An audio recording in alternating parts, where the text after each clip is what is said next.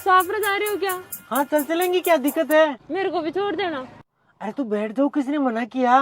धन्यवाद। चलो।